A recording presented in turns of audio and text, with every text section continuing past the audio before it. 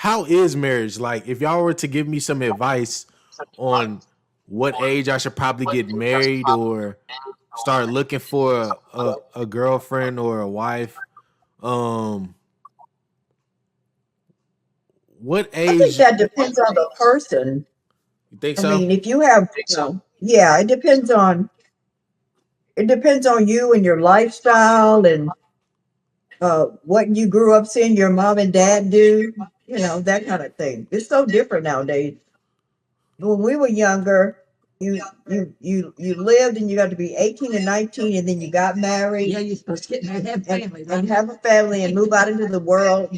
Our parents didn't talk about schooling. It was like you get married and you move out into the world. Well, it's different now. I mean, the possibilities are endless.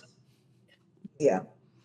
I think that faith played a big part in my marriage to Henry. I was married before, and it was a bad deal.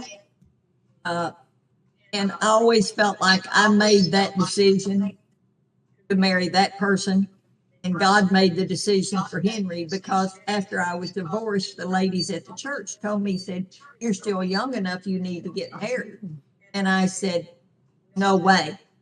I don't want another man. If God wants me to get married, he'll bring him here and sit him down beside me." This was in an intercessory prayer group. The next week, Henry sat beside me. Whoa. And about the second time he was there, he leaned over and said, "I think we need to have lunch together." We got married Ah, shortly after that. Oh, what a So I feel story. like that God gave me that man because he was so good. He respected me so, and he loved me. And, I think that's the biggest thing that one person's got to respect another one because one can't be up on the other one. Not one's better than the other one. So I say that God led me to Henry and gave me a good man for 20 years that I went through 30 years of hell before that. Wow. So my advice would be seek God. see, God, I like And that. let him Yes. guide your And path. and you mentioned you guys were married for 20 years. What is the secret to stay married and stick together with one another for a long period of time? You think more about what the other person wants and what you want. Always put him first. Whatever he wanted to do, whatever he did. And I think he did the same with me. And that way you weren't thinking about, you weren't getting your way or this wasn't done or something. Always put him first.